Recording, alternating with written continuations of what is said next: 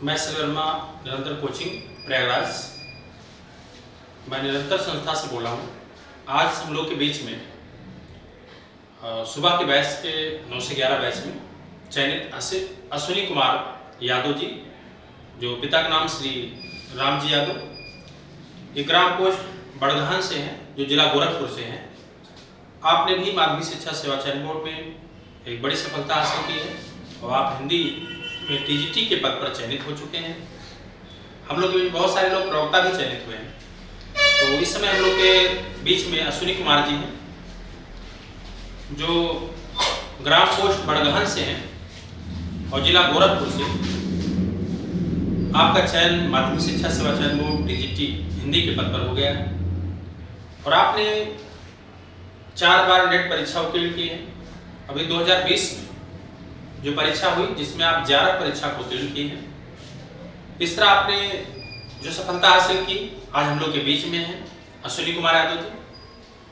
और आपने पहली बार 2016 के विज्ञापन में ये सफलता हासिल की है, जो बहुत ही रेगुलर संस्था में रह करके हमेशा टेस्ट से जुड़े रहे और बहुत ही कम समय में, क्योंकि आपने अगस्त 2016 में ही संस्था को ज्वाइन किया। हम लोग के बीच में खुशी की बात है कि नए लोग भी सेलेक्ट हो रहे हैं और अगर वो कई बार पढ़े तब भी हो जा रहे हैं। ये कहीं कहीं निरंतरता महत्वपूर्ण है। किसी भी सफलता में अगर हम लोग अपने जीवन में रेगुलर रहें, अपने फ्यूचर के बारे में सोचें कि कितना पढ़ना चाहिए, कितना समय देना चाहिए पाठ्यक्रम पे, तो बहुत ही महत्वपूर्ण होगा। अभी तक हम लोग सुना करते थे कि जिला अम्बेडकर नगर, आजमगढ़ और भी जिलों में बहुत सारी सफलताएं हासिल होती हैं, लेकिन गोरखपुर में बहुत कम ही लोग यहाँ आया करते थे। लेकिन अब इस बार काफ़ी संख्या में लोग पढ़ाई कर रहे हैं, तैयारी कर रहे हैं और इसमें अश्विनी कुमार जी गोरखपुर से जो हम लोग के बीच में है, मैं उनको बुलाना चाहूँगा और आप सभी लोग उनकी बातों को ध्यान से सुनेंगे कि कैसे पढ़ा जाता है, कितना समय देना चाहिए, क्योंकि आप सफल हैं, इससे बेहतर और कौन बता सकते हैं। अश्विनी जी, आपका सिलेक्शन हो चुका है टीजीटी के पद पर। तो आपने संस्था में जब आया पहला दिन, तो कैसा आपको लगा था क्लास में? सर पहले दिन तो आए तो उस समय रीतिकाल चल रहा था। अच्छा, शुरुआत से नहीं थे आप? जी, रीतिकाल बिहारी पढ़ा रहे थे सर आप। तो पहला दिन आए कैसा आपको लग रहा था? तो पहले दिन तो आए तो सर हम कहें कि बीच में पढ़ने से हो सकता है कि हमें स्टार्ट करना है, लेकिन उसके बाद हम दो तीन दिन इधर उधर कोचिंग में भटके, लेकिन फिर हमने अगस्त में आके 1-2 अगस्त को एडमिशन ले लिया और तब से लगातार हम निरंतर कोचिंग में। अच्छा, आपने जब परीक्षाएं देते थे, टेस्ट साप्ताहिक होते ही हैं, तो उसमें पहला टेस्ट से कितने प्रश्नों से शुरुआत किया था? मेरा पहला प्रश्न पत्र सर 72 था। अच्छा, आपको याद है प्रश्न? जी। तो दोबारा फिर दिए जब अगले सप्ताह, बढ़े के घटे जाते? सर 72 से मेरा कहीं नीचे नहीं गया और हमने प्रण भी कर लिया था कि 72 से नीचे नहीं जाने देंगे और लगातार मेरा क्वेश्चन बढ़ता ही गया। अच्छा, जो परीक्षा हुई टीजीटी 2019 में, मुझे लगता है 5 जनवरी को शायद पेपर हुआ था, ऐसा कुछ था, ऐसे ही कुछ था, मुझे ध्यान नहीं है। सर मार्च में हुआ था। नहीं, मार्च में। अच्छा, टीजीटी मार्च में। तो आपने उस परीक्षा देने से पहले आपके पूरे सिलेबस पे टेस्ट में कितने आया करते थे? सर उस समय मैं 110-15 करता था। अच्छा, 110-15 हो जाया करते थे जी। कम भी होते होंगे बीच में? हाँ, बीच में कम भी होते थे, लेकिन निरंतर हमने। अच्छा, संस्था में आप कितने % लगभग रेगुलर रहे? सर जब हम प्रयागराज में थे तो किसी दिन मैं हाजिर नहीं हुआ, हमेशा निरंतर कोचिंग में आता था। टेस्ट से बराबर जुड़े थे कि बीच में नहीं सर, टेस्ट में तो मैं लगातार था और कोई टेस्ट मुझसे छोड़ता नहीं। अच्छा, जब टेस्ट देते थे आप, तो बहुत सारे लोग आपके बैच के, जैसे अनिल कुमार यादव जी भी, शायद अनिल यादव जी अच्छा किया करते थे, या पुष्पा भी, और भी कुछ लोग, बहुत सारे लोग, नीतू जी अच्छा किया करते थे। तो आपको क्या फीलिंग होता था कि इन लोग का सिलेक्शन पहले होगा और आप इतना कम कर रहे हैं? क्योंकि 72 जब किए होंगे तो आपसे भी ज़्यादा लोग क्लास में रहे होंगे करने वाले, तो आपको क्या लगता था कि मैं उतना कर पाऊँगा कि नहीं?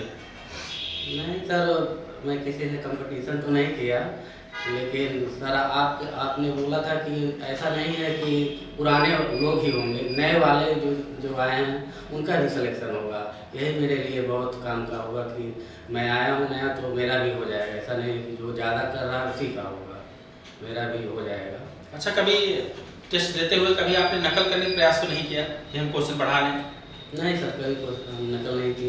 बगल में कोई था, मेरी में से देख लेता था, लेकिन मैं कभी कोशिश नहीं किया किसी से। अच्छा, तो अपने गोरखपुर से जो आप गांव बता रहे हैं बड़गहन से आप हैं गोरखपुर, तो आपके परिवार में पहले नौकरी किसके पहले भी आपके घर में नौकरियां थी? सर मेरे घर तो नौकरी थी, मेरे पिताजी यूपी पुलिस में थे, लेकिन टीचर में तो हमारे गांव में माध्यमिक में तो मैं पहला ही हूँ। इन चयन बोर्ड से चयनित आप पहले पूरे गांव में आप ही अकेले हैं? जी। इसके पहले जो है आपने कोई चयनित शिक्षक नहीं थे चयन बोर्ड से जो गए? नहीं। और रिश्तेदारों में? रिश्तेदारों में सर कोई टीचर ऐसा नहीं है। चयनित नहीं हुए यहाँ से? आप पहले ऐसे कैंडिडेट हैं कि जो चयन बोर्ड से चयनित होके गए? जी। तो आपके अनुसार कितने घंटे नए लोग को पढ़ना चाहिए? जो 6 पाठ को अपने पाठ्यक्रम को कम से कम, मान लीजिए उनको लगा हो 8 महीने साल भर के पास समय हो, तो कितने घंटे अगर पढ़ेंगे नए लोग, तो क्योंकि आप पहले विज्ञापन में आपका सिलेक्शन हुआ है, तो कितना वो पढ़ें कि जो है अच्छे से उनका चयन हो जाए? सबसे पहले तो अगर जो किसी भी कोचिंग से जुड़े हैं तो कोचिंग के बाद रूम पे कम से कम 8 से 10 घंटे पढ़ें और प्रतिदिन पढ़े। ऐसा ना हो कि एक दिन पढ़े तो दूसरे दिन हम उसको कहें कि अगले दिन पढ़ेंगे, तो ऐसा नहीं, निरंतर पढ़ना पड़ेगा। जैसा कि कोचिंग का नाम ही निरंतर, उसे निरंतर लगना ही पड़ेगा। अच्छा, आप कैसे पढ़ाई किया करते थे? ऐसा टाइम टेबल बनाए थे कि मतलब जो इच्छा कहती थी वैसे पढ़ना शुरू कर देते थे? नहीं सर, टाइम टेबल तो नहीं हम बनाए थे, लेकिन जो पढ़ते थे उसको ख़त्म ही करके छोड़ते थे, फिर अगला उसको उठाते थे। पहले या साहित्य पढ़ते तो साहित्य पढ़ते थे, उसको ख़त्म ही करके तब ग्रामर जो भी पढ़ते थे पहले उसको ख़त्म कर लेते थे। अच्छा, तो आपने परीक्षा दी, आपके प्रश्न भी अच्छे हुए हैं, और उसके बाद जब आपने परीक्षा को उत्तीर्ण किया तो वहाँ इंटरव्यू भी होता है, तो वहाँ पे प्रश्न कैसे पूछे गए आपसे जो है? सर इंटरव्यू में तो मैं गया तो हमको तो यहाँ आपने इतना मतलब हम लोग को तैयार कर दिया था कि वहाँ गए तो कोई डर भय नहीं था। हालांकि आज हमको लग भी रहा है कि यहाँ डर, लेकिन वहाँ तो सर कुछ भी मतलब पता ही नहीं चला कि मैं इंटरव्यू देने जा रहा हूँ, और मेरा इंटरव्यू बहुत ही अच्छा गया और मैं पूरा का पूरा मार्क्स भी पाया था। लगभग कितने प्रश्न आपसे पूछे गए थे? मुझसे लगभग सर 15 क्वेश्चन तो पूछे ही गए होंगे। तो कितना समय दिए होंगे आप अंदर? 15 मिनट तो लगभग दिए थे समय लिए। अच्छा, आपकी शुरुआत कौन से प्रश्नों से की गई थी? शुरुआत हमको पूछे कि सर कि क्या आप पढ़ाना चाहेंगे अभी, तो मैं बोला कि सर मैं राम की शक्ति पूजा पढ़ाना चाहता हूँ। क्या ठीक है पढ़ाइए। मैं पढ़ाया तो बहुत ही खुश हुए। तो वहाँ वो चीज़ जो राम की शक्ति पूजा पढ़ाई क्या बता सकते हैं आप अभी? सर पढ़ा तो यहाँ बता तो सकते हैं, कुछ भूल गया क्योंकि अब लगभग 3 महीना 4 महीना बीत गया है। तभी थोड़ा शुरुआत कर सकते हैं कैसे आपने पढ़ाया था? पक्ति है, निराला जी लिखते हैं जो बनाम का काव्य संग्रह में संग्रहित है। राम की शक्ति पूजा। रवि हुआ अस्त, ज्योति के पत्र पर लिखा अमर, रह गया राम रावण का अपराजय समर। आज का तिच्छ सर विद्री छिप कर वेग प्रखर, सतसेल समरणशील नील नव गर्जित स्वर। प्रतिपल परिवर्तित जीव भेद कौशल समूह, राक्षस विरोध प्रतिको विषम हो।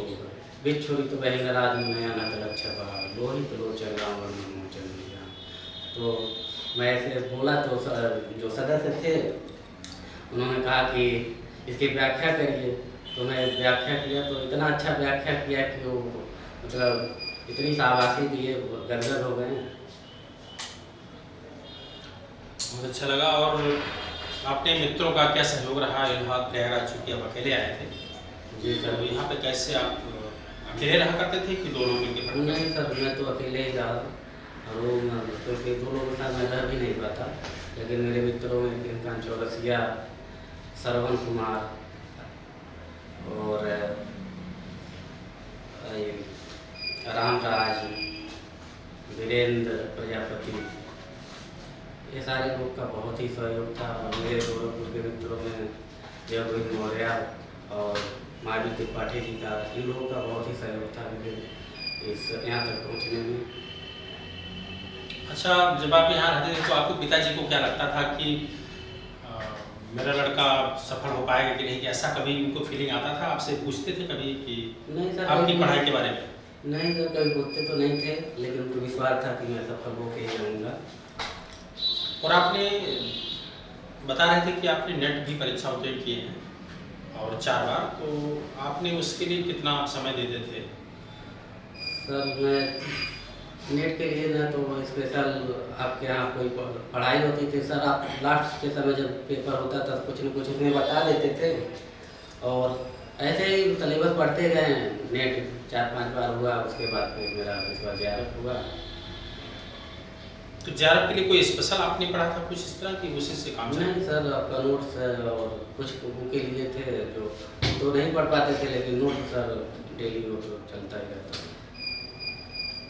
ठीक है, तो कैसे आप मैसेज देना चाहेंगे समाज को कि कैसे पढ़ना है नए लोग को, खास तौर पे, और अगर पुराने लोग का किसी ने परीक्षा दिया तो उनके प्रश्न खराब हो गए किसी कारणवश, तो उनको कैसे पढ़ना है वो फिर अच्छे से कर सके?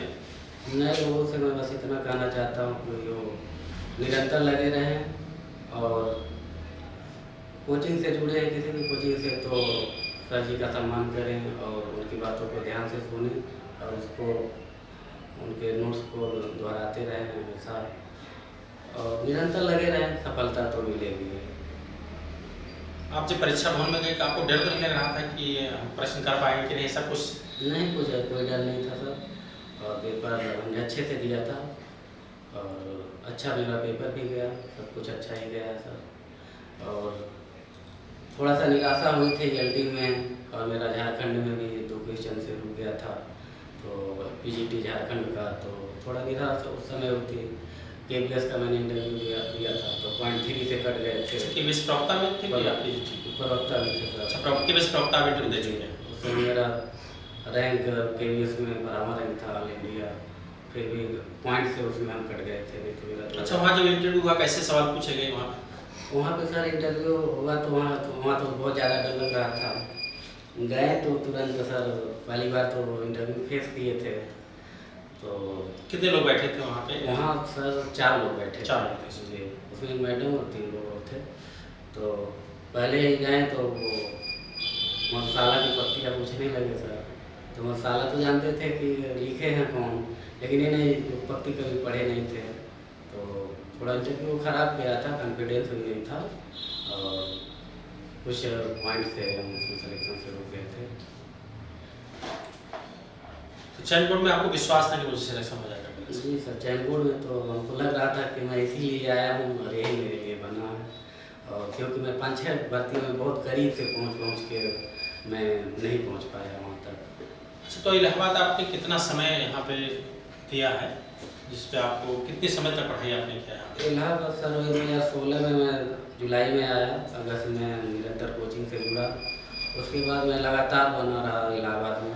इसके पहले आप स्नातक कहाँ से किए हैं? स्नातक दीनदयाल उपाध्याय गोरखपुर विश्वविद्यालय से मैंने स्नातक भी किया, स्नातक वहाँ स्नातक से और BEd भी वहीं से किए। अच्छा, सारे आपने जो है एजुकेशन वहीं से दिए हैं? स्नातक, प्रास्नातक, BEd सब आपने गोरखपुर विश्वविद्यालय से किया है? तो किसी ने बताया था आपको प्रयागराज आने के लिए? नहीं सर, किसी ने बताया नहीं था, लेकिन यह है कि मेरा लक्ष्य यही था कि क्योंकि मेरे मित्र आ गए थे, केलियर में रहते थे, हरकेश प्रजापति, तो उनसे लगातार बात होती रहती थी, हालांकि वो उनका भी सिलेक्शन नहीं हो पाया है और वो भी लगातार लगे हुए हैं, लेकिन उन्हीं ये बताए वो आए, उन्हीं के रूम पे उन्होंने रूम दिलाया इस तरह से, तो उन्हीं के माध्यम से मैं यहाँ पहुँचा। अच्छा, रूम पे कैसे आप पढ़ाई करते थे? मतलब प्रश्नों को भी सॉल्व किया करते थे कि सिर्फ नोट्स ही पढ़ा करते थे? नहीं सर, नोट्स पढ़ते थे, और जो टेस्ट होता था यहाँ से जो सॉल्व होता था फिर उसको भी पढ़ते थे, उसका एक गाइड की तरह बना लिए थे, उसको बराबर पढ़ते थे, जो भी प्रश्न पत्र बनता था उसको हमने काफ़ी दोहराया, और उसी से कॉन्फिडेंस मेरा बनता गया सर, क्वेश्चन पढ़ते गए। और अच्छा, क्लास में जब प्रश्न पूछे जाते थे आप उसे खड़ा करके, तो क्या मान लीजिए आपसे पूछा गया था बताए, अगर दूसरे से पूछा जा रहा तो क्या आप उसको नोट करते थे कि सुनते थे सिर्फ उस प्रश्न को? नहीं सर, जो नोट कर चुके थे तो नहीं करते थे, लेकिन जो नया मिलता था उसको नोट कर लेते थे। उससे भी आपको कुछ फायदा मिला? बहुत फ़ायदा मिला सर। सुनते सुनते तो जब मैं आया कोचिंग में फर्स्ट पहले दिन, तो जब क्वेश्चन लोग बताने लगे, हम कहें कहा हो रहा है, तो समझ में आया। तो लेकिन फिर धीरे धीरे लगा कि हाँ सिस्टम है, ऐसे क्वेश्चन पूछा जाता है, लोग बताते हैं, तो हम क्या बताएंगे। लेकिन धीरे धीरे वो बनता गया और क्वेश्चन हमने भी बताना शुरू किया। अच्छा, कैसे लगता था आपको? जैसे कभी कभी निराशा भी आती होगी बीच बीच में, जैसे आजकल देखते हैं पता नहीं कब होगी परीक्षा, कब सिलेक्शन होगा, या आप सेलेक्ट हो चुके हैं, तो आपको परिवार द्वारा या समाज द्वारा क्या कैसी खुशियाँ मिल रही? लोग फ़ोन करते होंगे आपके पास? जी सर, बहुत फ़ोन आया जिस दिन, बधाइयाँ भी मिलती होंगी आपको? जिस दिन इलेक्शन आया सर, उसी दिन इतना फ़ोन आने लगा। तो हम कहें गुरुजी का आशीर्वाद है, हम कहाँ से कहाँ पहुँचे। अभी तक तो कोई नहीं फ़ोन करता था कि मतलब क्या है, लेकिन इतने फ़ोन आए कि मैं रिसीव करते करते परेशान हो गया फ़ोन। अच्छा, फ़ोन कैसे आते थे? रिश्तेदारों के थे कि आपके चिर परिचित लोग? सभी परिचित, हालांकि मैं तो सोशल एक्टिविटी बहुत नहीं करता हूँ कि किसी तरह व्हाट्सएप ग्रुप या फेसबुक पर डाल दिया, ऐसा कुछ नहीं। फिर भी वो कहते हैं ना, खुशबू फैल जाती है, तो फैल गया और फ़ोन आना शुरू हुआ रिजल्ट के 1 घंटे बाद ही। और भी कुछ कहना चाहेंगे अश्विनी जी? क्योंकि बहुत अच्छा लग रहा है आप जो है आपसे बात करके। कोई गीत भी तैयार किए हैं कुछ? आप गोरखपुर से हैं, आपके चूँकि वहाँ का जो है बोली क्षेत्र भोजपुरी है, तो कुछ भोजपुरी में आपको कुछ गीत गुनगुनाने आता है कि नहीं कुछ? नहीं गीत तो नहीं गाएंगे, और मेरा गला भी ऐसा नहीं कि भी गीत गाऊँ। जानते हैं कि नहीं आप? जानने के थोड़ा बहुत जानते हैं, लेकिन तो कोई प्रिय आपका गीत रहा है? प्रिय गीत तो मैं सर दुष्यंत कुमार जो हमारे गज़ल सम्राट हिंदी के हैं, तो उनके कुछ गज़ल को ज़रूर पढ़ा हूँ, लेकिन यहाँ पे अभी हमको ध्यान नहीं आ रहा है।